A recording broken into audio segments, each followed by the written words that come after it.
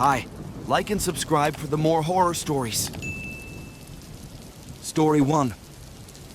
It was a late July night, and I once again found myself basking in the glow of my TV screen, a controller in one hand and a beer in the other. Empty pizza boxes, chip bags, and various other discarded remnants surrounded me as I fought battle after battle in the latest RPG I had picked up a few days prior. As a depressed loner with no friends, most of my nights were spent this way. To be blunt, I hated myself. I hated my shitty convenience store cashier job, and I hated my sad excuse for a life. My whole existence revolved around working at a job I despised and coming home to vigorously escape my reality. It was a tragic routine, but one that allowed me the luxury of not having to face the realization that my life was going nowhere. After a few hours had passed, and I was good and intoxicated, I headed outside to the landing to smoke a cigarette. It was a bad habit, I know, but when you don't have much to live for, the dangers of cigarettes seem frivolous and unimportant. I had just finished lighting up when I instantly noticed something strange. The stop sign usually posted at the intersection next to my apartment building had moved. I've lived in this apartment complex for over 5 years. And I tell you, the same red octagonal stop sign that had always been next to the intersection now sat on the sidewalk adjacent to the building.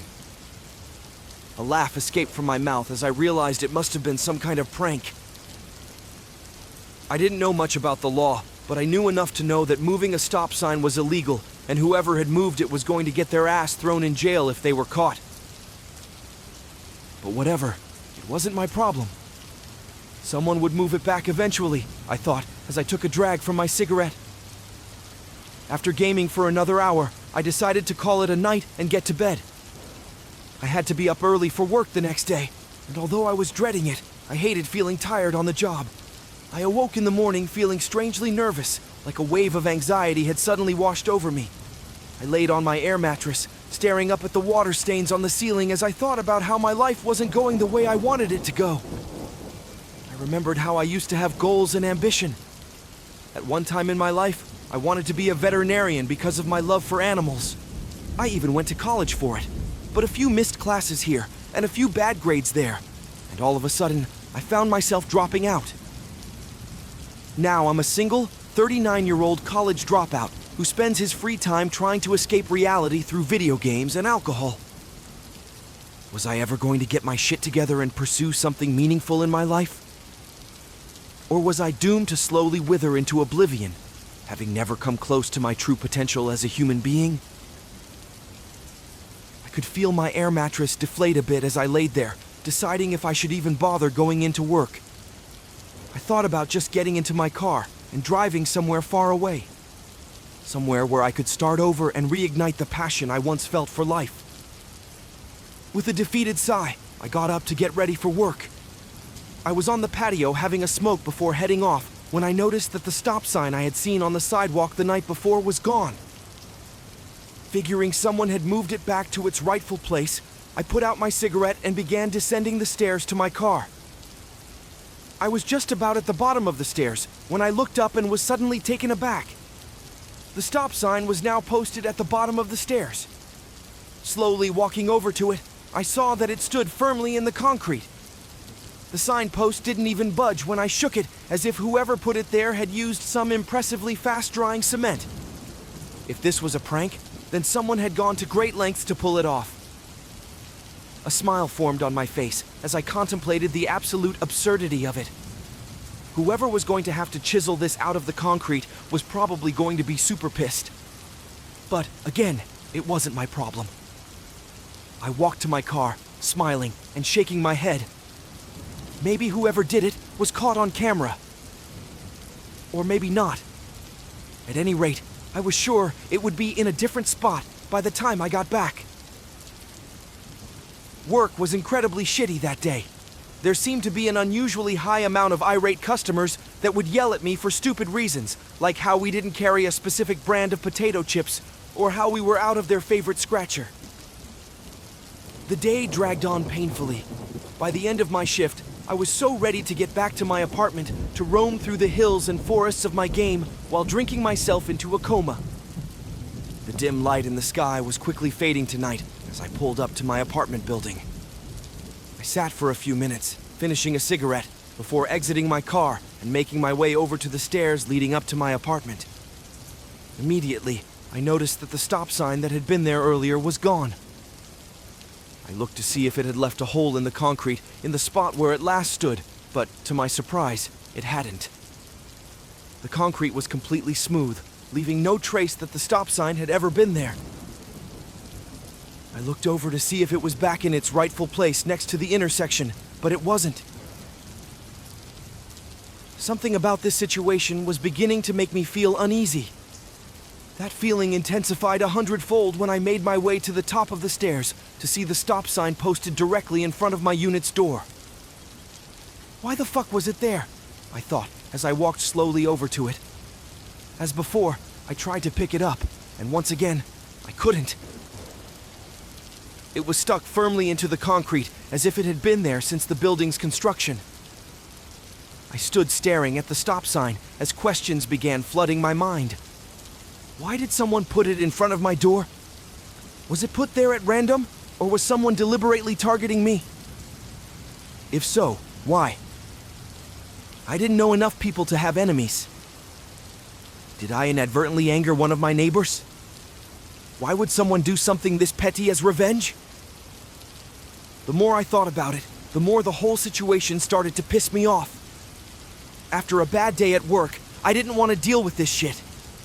Nevertheless, whoever put it there had made it my problem, and it was now my responsibility to do something about it. Determined not to let it ruin my night, I decided to tell the apartment manager about it in the morning before work. I spent the rest of the night getting drunk on cheap beer and giving my thumbs an intense workout. All the while, I couldn't stop thinking about the stop sign. I kept catching myself glancing at the door as if I could sense the stop sign taunting me on the other side of it. I'd bet whoever had put it there was having a good time at my expense. There was probably more than one of them, maybe even a whole group of them, mocking me and talking about what a fucking loser I was. I could imagine their sinister grins as they laughed at how I was so lowly and pathetic that they could do something as ridiculous as put a stop sign in front of my door, and there was nothing I could do about it.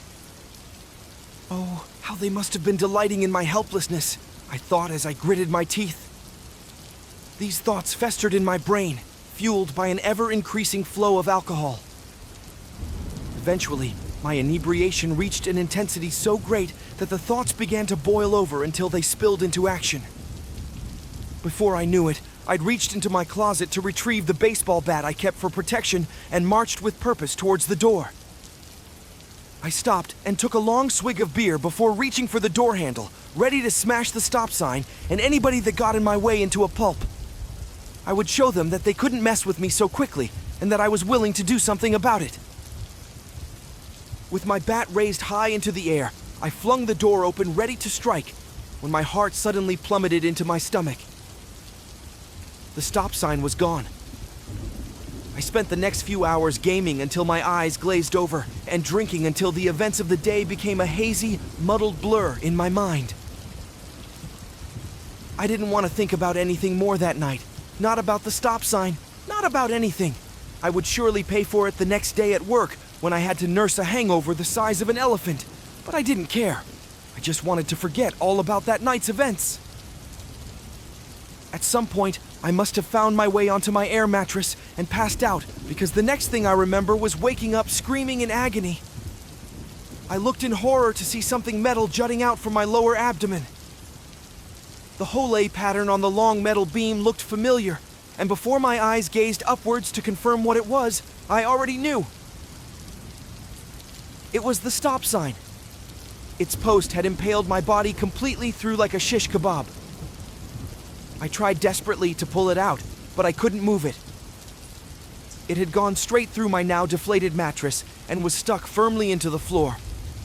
Blood poured from the wound, and I knew that if I didn't get help quickly, I would bleed to death.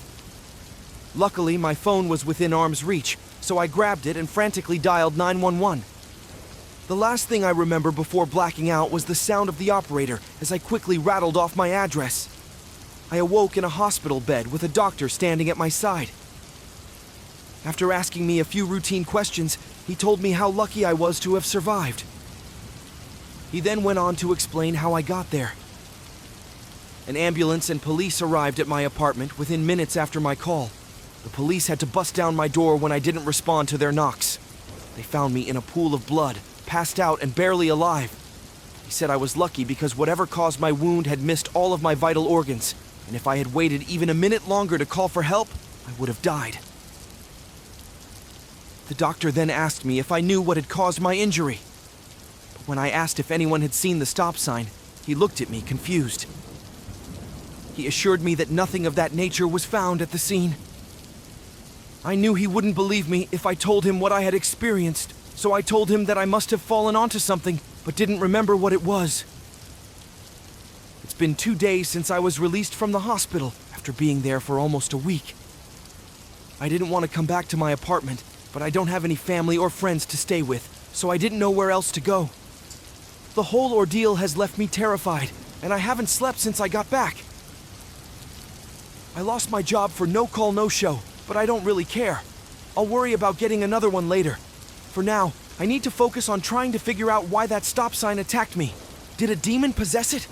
Was it a glitch in the Matrix? Was it some warning from the universe? Fueled by coffee and nicotine, I've been searching the internet non-stop for any hint of explanation. I won't give up until I find a way to stop it. I don't have a choice. Nobody would believe me if I told them. They would think I was crazy.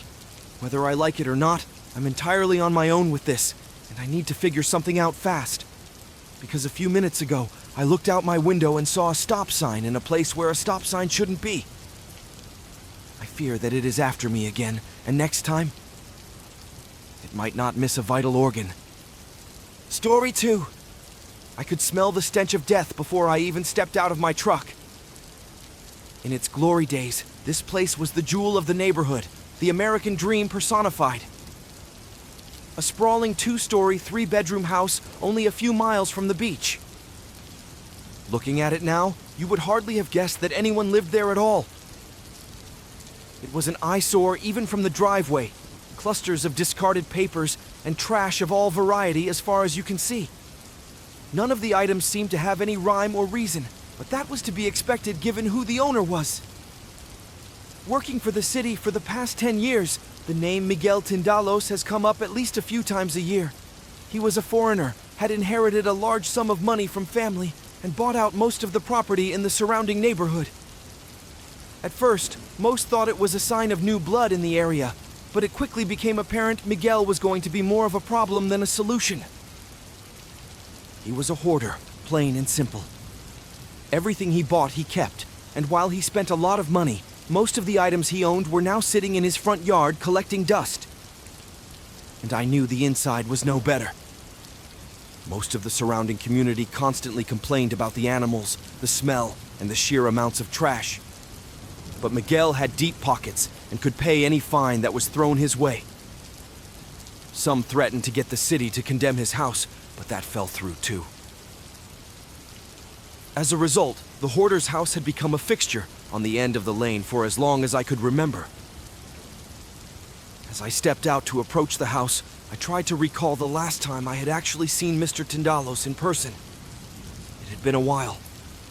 Everyone knew he was a hermit. The clutter kept him hidden from the world. I always wondered what it was he felt he was hiding from, and I guess now that I was here to assess the mess and find his body, it was time I found out. How long had he been dead in this filth before anyone thought to check on him? I knew he had no family, no friends save maybe a few debt collectors. His mailbox was stuffed full, possibly with months of suspension notices and other bills. He could have been rotting away for a year, and no one would be the wiser. It made me dread what was to come.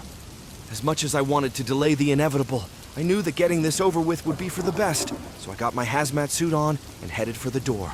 The air felt stiff despite the season. Not a soul was nearby.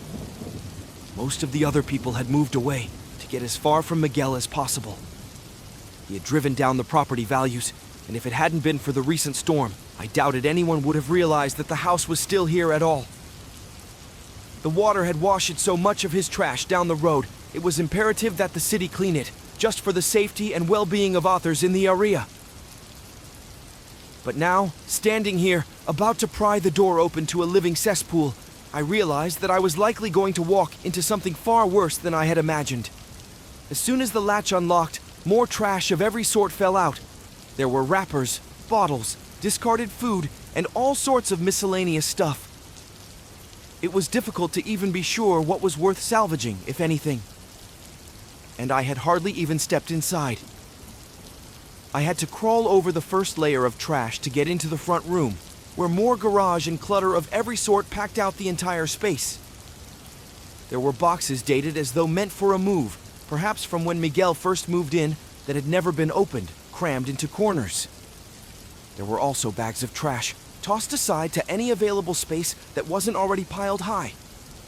Besides the usual trash, I saw milk jugs that had either fermented or been filled with urine, a clear indication that water hadn't been used in the house for some time. And that didn't even account for the rat feces and other droppings I could easily spot everywhere. It was horrifying to behold the sheer carnage and chaos of how this man had lived. I had to push aside cobwebs and trash to crawl toward the kitchen, the roof above me clearly sagging from the weight of more junk in the rooms above. Every crevice of this place was a pigsty, every alcove taken over by more items. Some were antiques that clearly could have been sold or canned food that could have gone to charity, but the sheer amount of droppings and mold made it obvious that there wouldn't be much here to save. I made it to the kitchen and inspected the food. Even in the suit, I could tell that the majority of it had gone bad. Rotting or molding fruit was stuffed into every part of the fridge, and dirty dishes piled high on the counters. Then I heard a rustling noise from somewhere above me and felt my heart skip a beat. Could it be that somehow Mr. Tindalos had managed to remain alive? It seemed like an impossibility, but I had to be sure. I closed the fridge back and made for the stairs. There was even more debris here, along with larger feces droppings that looked like they either came from a large animal or Miguel himself.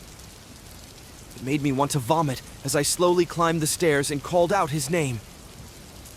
I didn't want to hold out hope that he was still alive, but if so, I had to at least try to help him out of this nightmare. As I stood at the top of the stairs, my eyes drifted toward the bathroom. I wasn't sure I was ready to face how nasty that was, but I knew I needed to check it since it was the closest. Pushing the door open, I was fixated on the pile of human feces that was dredged on the toilet, along with the massive amounts of what looked like shredded skin on the floor. It was nauseating and disturbing to think that any human would subject themselves to this.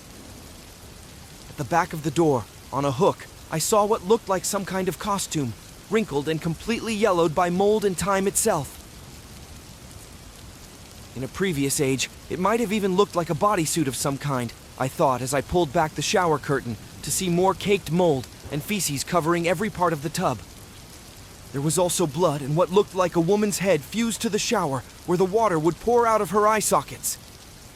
I quickly backed out and slammed the door, my own head dizzy as I tried to come to terms with what I had just seen. This was beyond revolting. I had seen a lot of terrible things in my day, but nothing like this. I wanted to leave immediately, call the cops, maybe even throw up. Miguel Tindalos was some kind of serial killer. It all made sense to me as I stumbled down the hall, trying not to trip over the other debris. All the reports of people going missing in the area. They had become part of his horde. I was now looking at the shredded and flaky skin on the floor and wondering how many victims were actually buried under this filth. Somehow, instead of finding a way out, I was in a different room, and I was immediately confused. Had this room been here before? The hallways and clutter made the house feel confusing and labyrinthine. As the door pushed open, I saw to my utter bewilderment that inside it was pristine, as though a line had been drawn in the sand to distinguish that this area was different than the rest of the house. As my vision recovered, I realized there were candles neatly arranged around a draped piece of furniture at the end of the room. The setup reminded me of how an altar might appear at a shrine, unsettling me even more. I felt compelled to pull back the cloth and see what was underneath. It was a large vanity mirror, the kind of which might normally hang in a master bedroom. Yet instead of being made of normal clear glass, The material of the mirror was the darkest shade I had ever seen. I tried to think of the name for it, and I think the closest description is Vanta Black. It was uncanny to behold. As long as you might stare into it, nothing would ever reflect back. I reached out instinctively to touch the mirror, mesmerized by its presence. Then I felt a chill in the air. Had the candles been lit when I entered the room? The mirror seemed to move of its own accord, and then I realized it was the glass sliding out of the frame the way that sludge might from a broken pipe. It was a living slime that was moving toward me, and from that sludge, I saw what looked like fingers protruding. I fell backward, out of the room and toward the hallway, pushing clutter aside. I think I literally shouted out, "Fuck this shit," as I began to run. But the horde was all around me. I knew that a creature with no bones would find it far easier to traverse the area than me. I could hardly catch my breath. And then, in my shattered brain, I thought of the window in the bathroom. I could climb out. I pushed open the door, climbing atop the feces-covered toilet as my heart pounded faster. The slime was right behind me. It swirled and moved toward the tub, as though attracted by the body parts. I couldn't help but be paralyzed in fear as I pushed the window latch to the roof open and watched the slime consume the costume on the wall. As it took the form of the bodysuit, I realized that the entire thing was, in fact, made of peeled and wrinkled human skin, worn out from age and extensive wear and tear. It was mortifying to watch, but I couldn't look away as it picked up the severed head, pulsing and oozing in and out of the empty sockets and holes as it seemed to take it as a mask on its misshapen body. Then I heard this ghastly scream. It sounded like it was trying to imitate the woman that it had taken as a body as I pushed onto the roof. I'm not quite sure. I couldn't stop from running as I fell out onto the hard tiling and looked toward the backyard. There looked to be literally hundreds of bags of trash filled with leftover food, discarded items, and possibly even more disgusting stuff. But I didn't care. My life depended on the fact that I needed to keep moving. I leaped into the trash below and swam through the putrid clutter, pushing my way to safety to avoid the ungodly creature that followed. I made it to my truck and drove away as fast as I could, not even bothering to stop and unzip my hazmat suit. I stopped and took a few breaths to clear my head. The house needed to be demolished immediately, destroyed before any other poor souls became a part of that clusterfuck. I had a few spare packs of cigarettes in the truck and a gallon of gas. Turning around, I forced myself to return, hands gripping the wheel of my vehicle as I came up to the house. I got out and started to douse the trash with the gasoline, determined to end this nightmare before anyone else had to come across it. I could hear the creature scream as I lit a cigarette and tossed it into the pile, shielding my eyes as the inferno began to rise.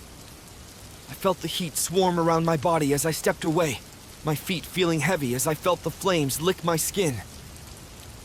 Something sparked from the trash heap, colliding with my eye, and I screamed, desperate to see again. I ran from the house and called 911 as the fire kept consuming the horde. Later that day, I had to have emergency surgery, my eye removed due to retinal scarring. I returned to the hoarder house the day I was discharged, to be sure the inferno had done its job. But it felt like the trash heap had doubled in size and spread even farther. As I looked at the desolate structure, I wondered to myself if part of me was now left behind in this place, to become part of the horde. I have recommended to the city that we simply leave the property alone. Story 3. In 1989, we detected a faint call coming from the depths of the ocean. A strange cry from a massive creature traveling alone in the vast blue waters below. At first, it sounded like an oddity, a malfunctioning hydrophone. But then we heard it again in 1990 and 1991. With only 5% of the ocean explored, it baffled us. To any untrained ear, it sounded like a whale, but its pitch was too high. Measuring at a frequency of 52 hertz, it meant that the song couldn't be understood by any known species of whale. Thus, it was destined to exist on its own, and it has been dubbed the loneliest creature in the world. We called him Blue 52. Every year, we'd hear the lonesome wail, measured through hydrophones spread across the west coast of America and Canada. Still, it wouldn't be until 2019 before we finally lay eyes upon it. Our crew was tasked with finding him, tag him with a tracker, and observe for others like him. On board the RV Song of Solitude, we traversed the North Pacific in search of a whale that had been heard, but never seen. With technology constantly advancing, tracking it had become a much easier task. While it took us weeks just to locate him, we grew closer with each passing day. "Do you think he knows?" Rita asked as we stared out at the horizon. The ocean was calm, gently rocking our large research vessel. It was wonderfully peaceful, and though our mission was interesting, it carried an undeniable hint of dread. "Knows what?" I asked. She sighed. "That there are others like him out there?" It was a fair question. Whether or not the strange frequency of its voice was caused by a deformity, or if it was a hybrid species, it had to have been raised by someone. Whale calves stay approximately 1 year with their mothers as they grow and get ready to face the oceans alone. I don't know. Why else would he sing? The whale had been traveling in the same path as blue whales, yet the timing was off. It meant that despite it going exactly the same way, it would never meet anyone else on its journey. Wherever he swam, the others would be long gone. 40 years alone, just looking for someone else. She trailed off. Weeks passed as we searched, and in the late summer of 2019, we finally found him. There it was, surfacing for a breath of fresh air. An 80 feet long whale, spurting a fountain of water from his blowhole. He had a magnificent blue color, yet the shape of his body resembled that of a fin whale. Our theory of it being a hybrid had been confirmed, and he looked extraordinarily healthy, considering that he had survived on his own for so long. "He's magnificent," Rita exclaimed in excitement. Without hesitation, we planted a tracker on his skin with a suction cup and let him dive back beneath the ocean. We went to work and recorded more of his song, a somber tune of melancholy. We spent the next 3 weeks just tracking him, hoping to see another of his kind. Alas, he remained alone. During the nights, I often found Rita staring out at the ocean, marking each time he surfaced to breathe. "He looks too sad." "How can you tell?" I asked. "I don't know. Just a gut feeling, I guess." "Poor Eros." "Eros?" "Yeah, I figured we're the closest thing he has to a family. We ought to be the ones naming him." I mulled over the name for a moment. It certainly sounded better than Blue 52. A bit ironic, though, don't you think? Not at all. As the mission went on, Rita started sleeping less and less. She was afraid that we'd lose Eros if we didn't keep a constant eye on him. Whales hardly ever sleep, constantly needing to resurface, always on the move. Of all the mammals, they have the lowest requirement for sleep. We were 2 months into our mission when I was shook awake in the middle of the night. As I opened my heavy eyes, I saw Rita standing above me with a wide smile on her face. "There's another whale!" she shouted. We rushed to the control room, where Captain Banks stood, eyes fixed on a new set of frequencies. Sure enough, there were 2 distinct but similar sources of sound coming from about 1,000 feet below. I knew it. I knew Eros wasn't alone. Suddenly, our depressing job had turned to one of joy. If there were 2, we could assume with high probability that there were more. In fact, we might have been witnessing the beginning of a new subspecies of whale. It was a beautiful moment to behold. "You sure it's not just a malfunction?" one of the crew members asked. I took a look at the numbers. Eros's voice had lowered a bit in his later years, at 50 hertz, while the other new source was slightly higher pitched. Could it be a calf? No idea. The sonar isn't picking anything up. We need to get closer. We waited until morning and tried to get closer to Eros. According to the sonar readings, there was a creature roughly twice the size of our whale, swimming a couple of 1,000 feet beneath the surface. "Do you see anything?" I asked. "No, it's not coming up. Are we sure it's a whale?" "What else could it be?" "I don't know, but even whales can't hold their breath forever." We discussed the possibility of a new species entirely, But before we could even alert our superiors back on the mainland, we heard something else. It was a third song. Then a fourth and a fifth, and before long, a whole pod of these creatures had been detected. They were massive, far larger than any known creature to occupy the ocean. It was a frightening but intriguing discovery. We were ordered to send down a submersible drone to get an actual view of the beings. I controlled the machine as it quickly descended down 1,000 feet. We held our breaths as the light of the sun gave way to the darkness of the ocean. Before long, we'd be right on top of the unidentified animals. "Where the hell are they?" Captain Banks asked. "There, I saw something." It was Eros diving down to follow the drone. He seemed to understand that the device belonged to us and started leading us towards the other creatures. We followed Eros down further, 2,000 feet below the surface, before we finally found them. At first, all we saw were yellow, glowing orbs dangling in the darkness. Then, we saw the true monstrosities we'd discovered. "They're not whales," Rita gasped.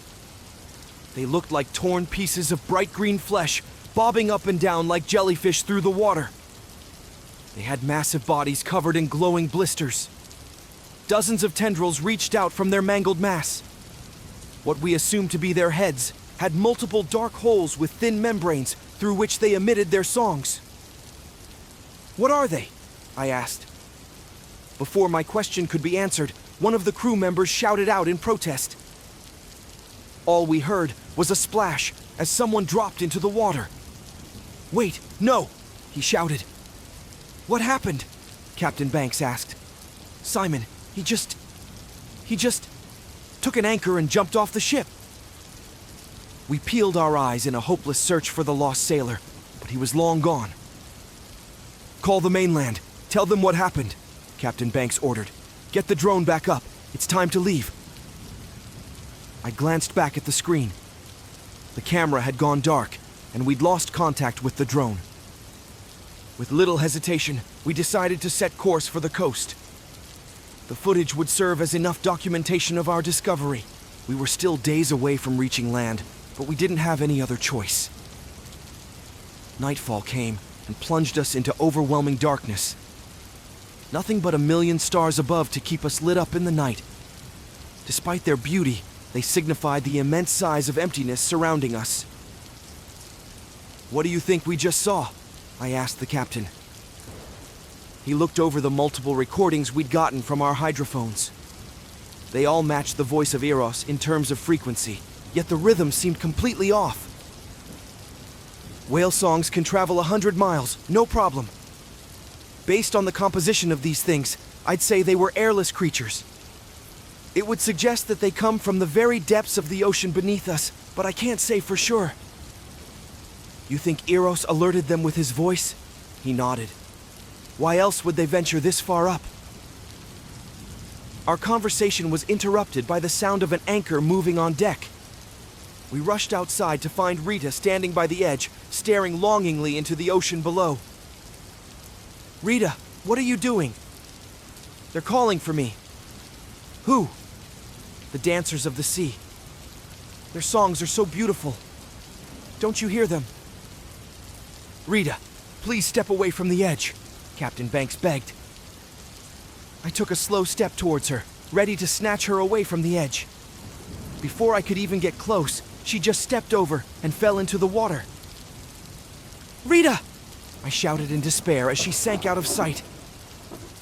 By the time we could even turn around to search for her, she'd be too far gone to rescue.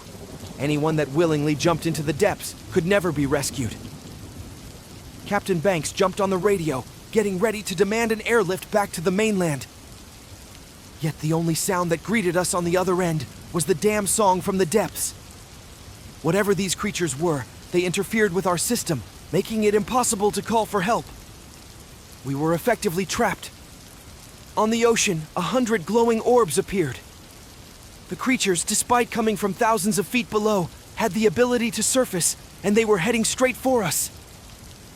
"Oh God, there!" was all I could get out before the ship shook violently. A tendril reached out from the water, and grabbed onto one of the crewmen. He screamed in agony as it pierced his abdomen, pulling him into the water. Captain Banks took a knife and tried to cut one of the tendrils that had wrapped around our deck. It was a futile task, and another quickly wrapped around his leg, instantly snapping the bone within. He screamed as the creature tore at him, digging into the leg and reaching through his abdomen.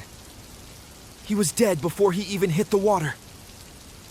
The ship started to topple over, and I clung to the railing.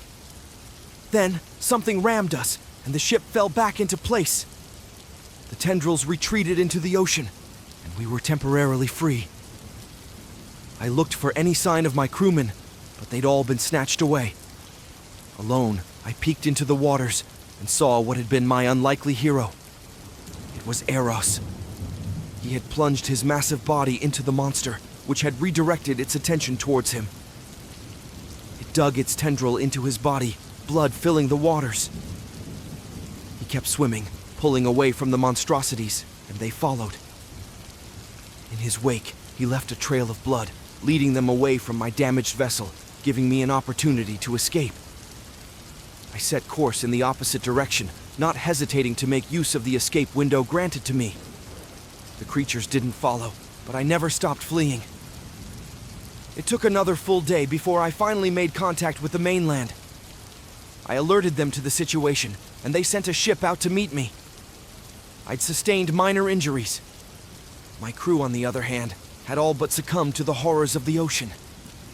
I don't know what happened to Eros, if he managed to get away, or if the things caught up with him.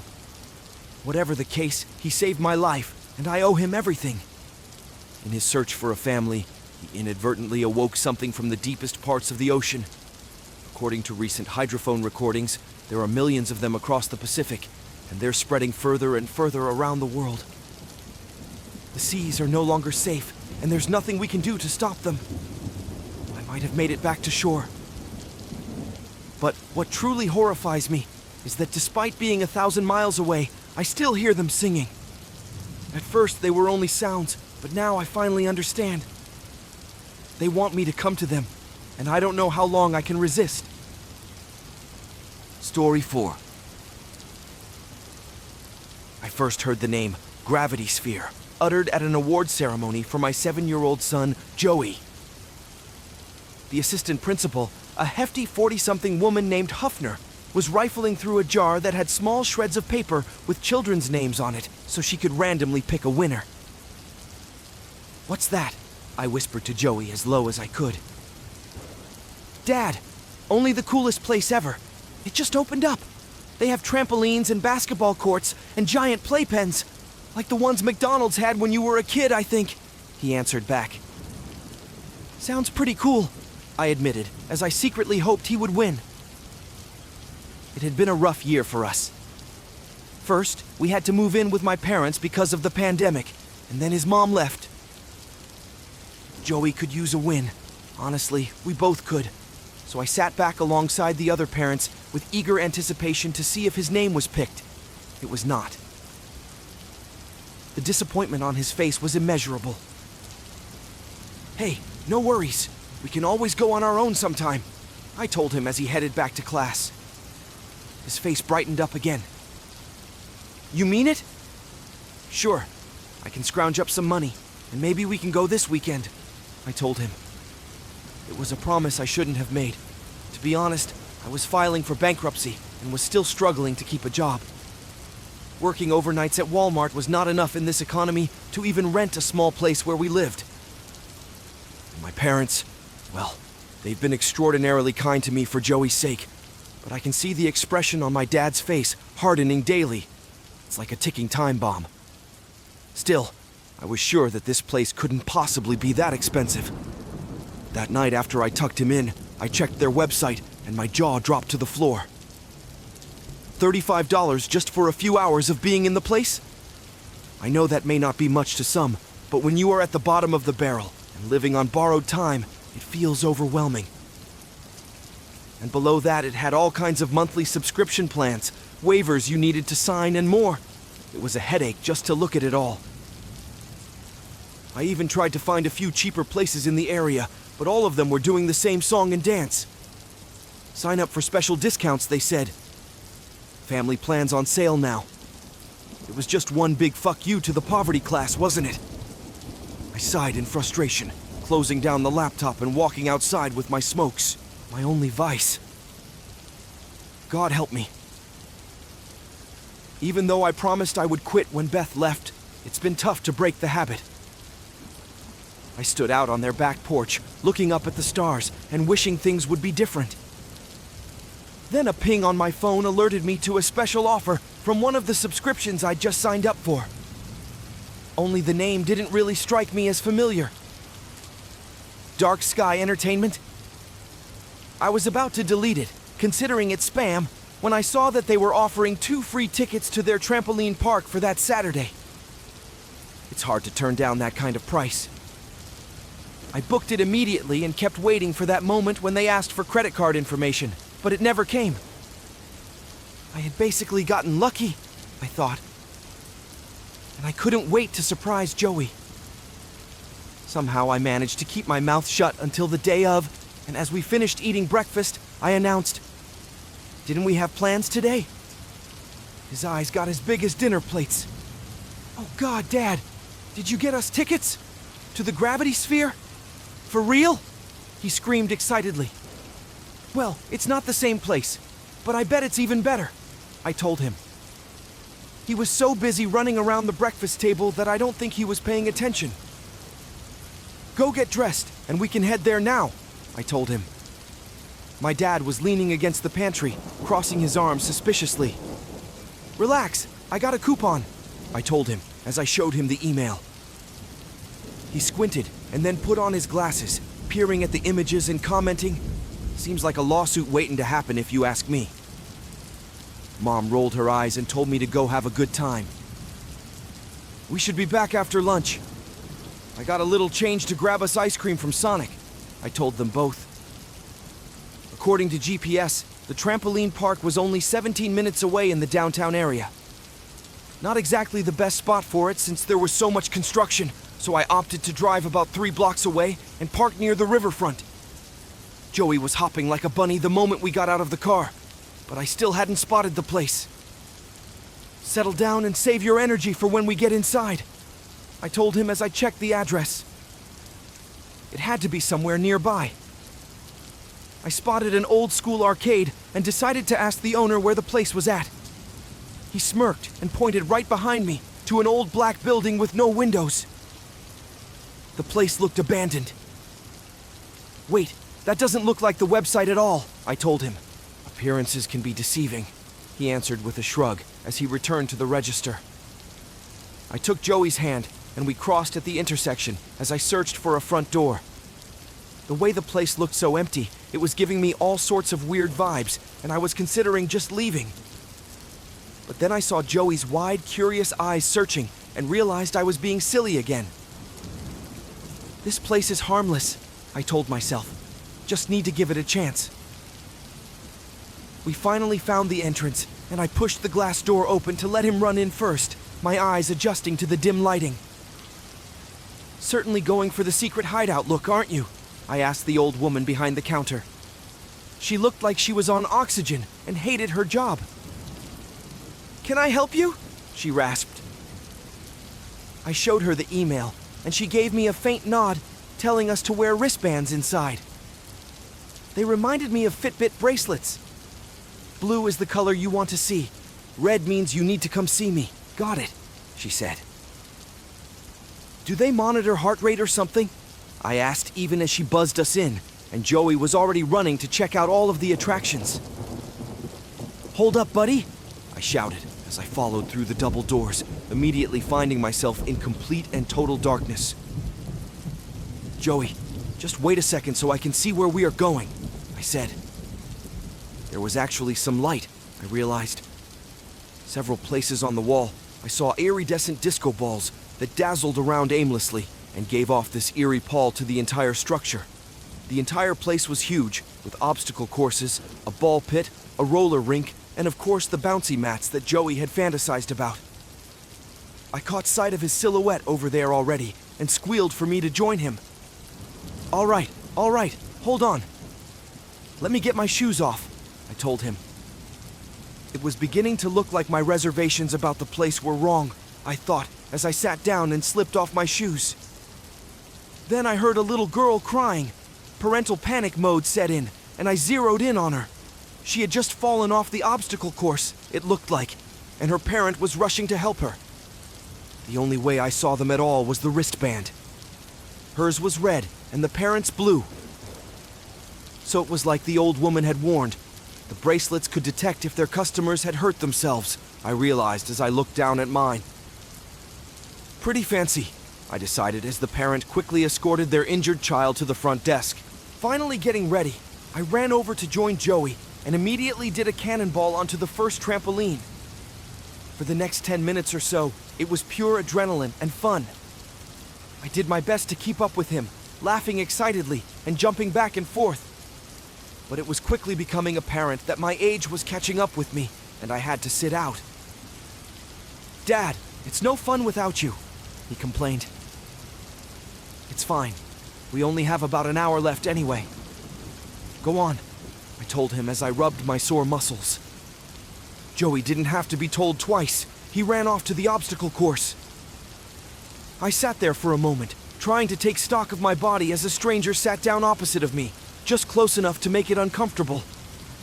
Although it was difficult for me to see, I could tell this was a woman, and I mentally wondered if she was about to flirt. It wouldn't be the first time being a single dad got me a date, I thought. Instead, just as I was about to engage with her in a short conversation, she grabbed my hand and whispered, "Don't let him out of your sight, not for a second." For some reason, I looked down at her wristband and saw it was red. Then I heard Joey scream. I shot up in an instant and tried to see where my son was. The place was too damn dark. There were so many people too, but I felt that I simply had to find him and make sure he was okay. Soon I climbed over another barrier of obstacles and found him on the ground, clutching his knee and wincing in pain as I checked to see how bad the injury was. "Let's get you out of here," I suggested, as I lifted him up and carefully moved to the edge of the jumping pads. Once on the carpeted flooring, I checked it again, wishing the building provided us with better lighting as I whipped my phone out and used that light instead. His wristband was bright red, glaring in my face as I took him to the front desk. "I need to get my son to a clinic. I think that he injured himself on your equipment," I told the receptionist. She looked across the counter to our wristbands and shook her head. "Can't let you out if that is blinking red," she commented.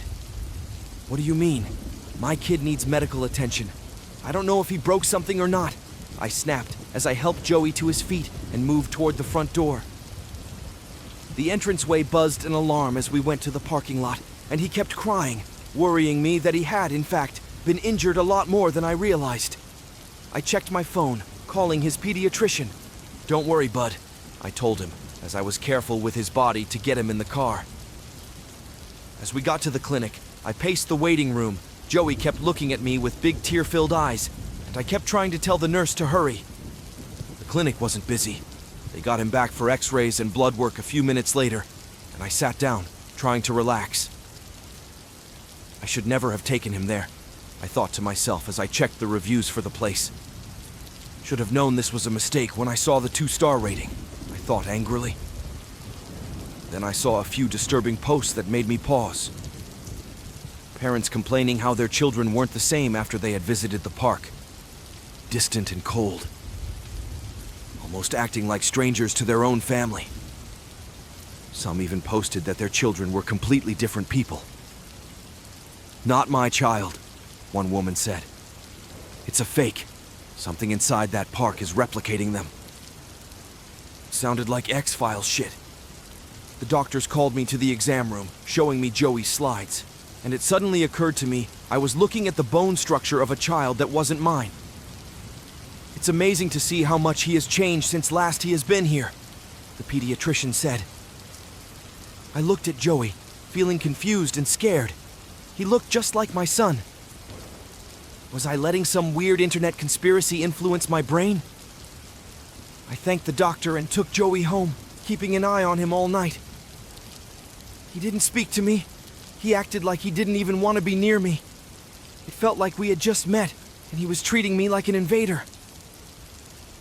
I kept thinking about the trampoline park. What if there was something bizarre to their operation? As I got Joey ready for bed, I decided to check some of the stranger reviews and see if anyone else had these sorts of misgivings. Surely there was a logical explanation, but my son felt so cold. I didn't feel comfortable around him, and even my mom complained that something was off. "Are you sure he didn't hit his head? He isn't acting right," she told me. As I went to my room and read stranger and stranger descriptions of these children, I became worried for my safety. In some cases, the parents worried the children would try to hurt them. In other instances, people posted missing person reports, claiming it showed that the children had, in fact, tried something deadly. I felt a chill run down my spine as I realized Joey had gotten up from bed and was watching me in the hallway. Was this my son? Was this real? I got on my knees and told him, "Are you having nightmares?" The child said nothing, just staring at me. Or staring through me, to be honest. I stepped away from him and then guided him to his bed, this time making sure he was tucked in and then closing the door firmly. I was being paranoid, I told myself, trying to figure out why my son was acting strange when clearly he had just suffered a traumatic injury. I went back to my room and closed my phone, trying to get some sleep. I told myself I would be safe, but then I worried about my parents. What if he hurt them? What if I was wrong and something was seriously going on here? Somehow I managed to close my eyes, but sometime during the night I felt cold feet against my back. The child. At first, I tensed up. It had been years since he slept here. As a toddler, he often had nightmares. Did the incident at the trampoline park frighten him? I slowly put my arm on him to comfort, trying not to overreact. This was how it was supposed to be. Then I heard a noise at the door. "Need to go back," a voice said. I felt sudden dread cover my body as I tried to get a look at whatever was in my bed. Then I rushed to the wall to flip the lights on. The room was empty, except for Joey. He was lying there, looking cold and confused and as distant as he had the past day. A cold sweat dripped off my neck as I looked in the mirror of my bathroom. Joey was staring at his reflection like it was a predator. I closed the bathroom door and held his hands. "Please, please talk to me. I can help you." He reached for my hand and mimicked the motion of jumping as though my palm were a springboard. "The park? You want to go back?" I asked. He nodded silently. He looked like he was about to crack. I didn't know what else to do. I couldn't sleep. I had to get this resolved, and I figured maybe going back there would be the answer. I got my keys, and we left right after 2 a.m. I was telling myself the building wouldn't be open, but to my surprise, it was. It seemed more foreboding than it had the first time. More unfriendly and dangerous. It gave a supernatural vibe. I saw a dim light near the reception desk, and the same woman was still working. She didn't seem shocked to see us. "I knew you would return him," she said confidently. I led the child inside, and the moment we were in, he let go of my palm and went to play. The park was empty save for us. There wasn't even any music playing. It felt like a graveyard. Except for a single figure on the opposite side of the bounce pads, sitting there, watching Joey. I sat directly across from them, noticing they had a child with them too, but I couldn't see their faces. Why were they just sitting there? Why were they here at the same time as me? I was beginning to get uneasy from being watched by them as Joey ran over toward their end of the park. Instinctively, I got up and moved toward them to make sure they were safe to be around. I saw there was a child. He was wearing a blue bracelet, and he got up and exchanged places with Joey. Then the boy ran toward me. It was Joey. It was my Joey. I can't explain how I knew, but I did. As he clung to me, I looked at the shadowy silhouettes in confusion, realizing that both wore the red bracelets. I couldn't see if they looked like me and my son anymore. But they disappeared into the shadows a moment later. Joey was just clinging to me, afraid to let go. I comforted him and went to the front desk, staring at the woman that ran the show. "What was that?" I asked, too frightened to believe any of this actually happened. "People say they see different things, so you tell me, what was that?" she asked. I looked back inside, this time seeing shadows dancing and playing across the trampolines, waiting to replace more eager souls. Realizing that Joey and I were very lucky, I took his hand and left. "Dad, I don't want to ever go there again," he said anxiously as we got in the car. I couldn't agree more.